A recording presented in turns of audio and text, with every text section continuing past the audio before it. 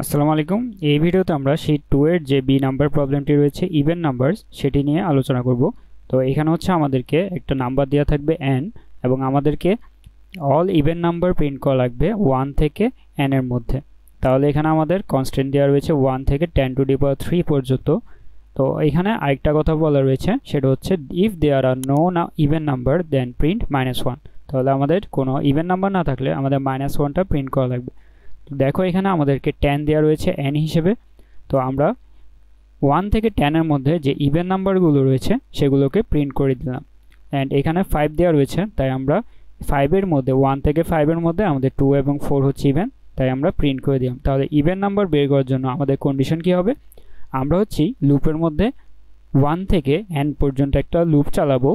দেন আমরা লুপের কন্ডিশনের মধ্যে চেক করব ইফ আমাদের যদি n যেটা থাকবে, আমাদের লুপ চলবে কত 1 থেকে i পর্যন্ত। তো i যদি আমাদের মডিউলাস অফ 2 অর্থাৎ i মডিউলাস অফ 2 যদি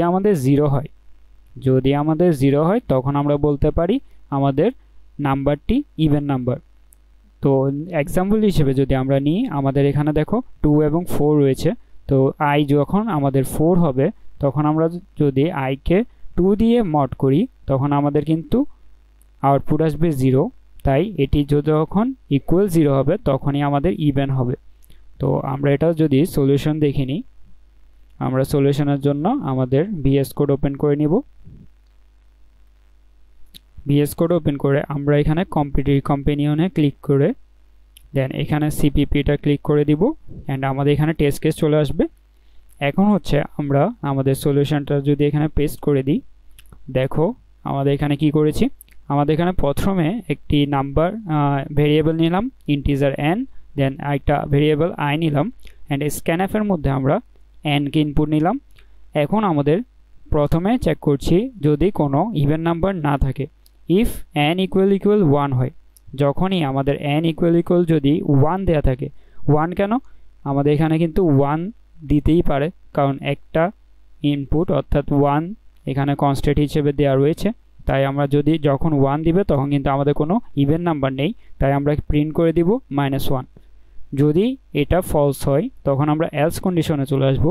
এলস কন্ডিশনে আমরা কি করব, ফর লুপ চালাবো 1 থেকে n পর্যন্ত। দেন আমরা কন্ডিশনে চেক করব i মডিউলাস 2 ইকুয়াল 0 কিনা। যদি 0 হয় তখন আমরা প্রিন্ট করে দিব আমাদের i। তাহলে এটা এই লুপের মধ্যে আমাদের ইভেন নাম্বারগুলো প্রিন্ট হয়ে যাবে। তো আমরা যদি এখানে টেস্ট কেসগুলো রান করি, দেখো আমাদের এখানে টেস্ট কেসগুলো পাসড হয়ে গিয়েছে। তো তোমরা এটা সাবমিট করলেই তোমাদের আনসারটা হয়ে যাবে।